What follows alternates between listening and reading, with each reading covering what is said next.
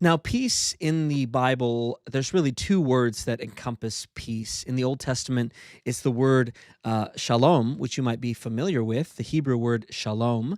Shalom is often used as a greeting one to another. Some people will say shalom to someone else or declaring peace to someone else. Shalom, just at its root, is a word that expresses wholeness. It expresses completeness, perfection, even. Shalom is a way that we can express God's intended purpose for His design. You know, that's what shalom means. Harmony and flourishing when something is complete. You know, I at church on Sunday, I was talking about like a circle that's all the way complete is a depiction of shalom, a depiction of what it looks like for someone to be in the will of God, to be rejoicing in the way that God is making all things complete, all things full. You know, shalom also has the implications of God's covenant presence in those moments. That shalom is the intention that God is there, that God is present and delivering His peace, the peace that He gives. The word in the New Testament for peace is eirene. And as I mentioned, you know, eirene has that same idea that carries a depth of reconciliation and wholeness, that there's a restoration that happens. And through this eirene, that's how God is now bringing reconciliation to the world.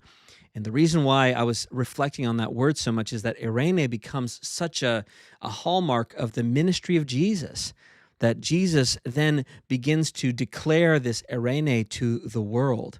It's at Luke chapter 2 when the angels declare the coming of the baby, that they say, you know, peace on earth, this eirene that comes, that radiates from the Son Jesus. And so throughout Jesus's ministry, you can just do a word study to see how many times Jesus is declaring peace.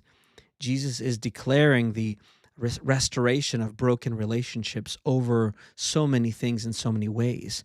My peace I give you, Jesus says in John chapter 14, not as the world gives you, but Jesus gives you peace in a new way, in a different way that might surprise you, that He wants to restore you, that He wants to bring you to a greater wholeness, a greater well-being by the will of God and through the will of God.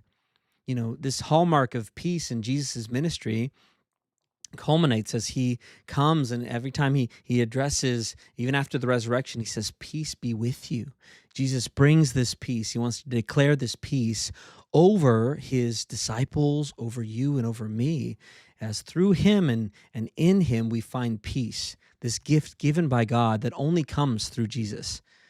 And so in the Christmas season, in this Advent season, we consider the ways that God brings shalom, the way that God brings eirene to you and to me, a way that He is declaring this over us as we consider the coming of Jesus Christ.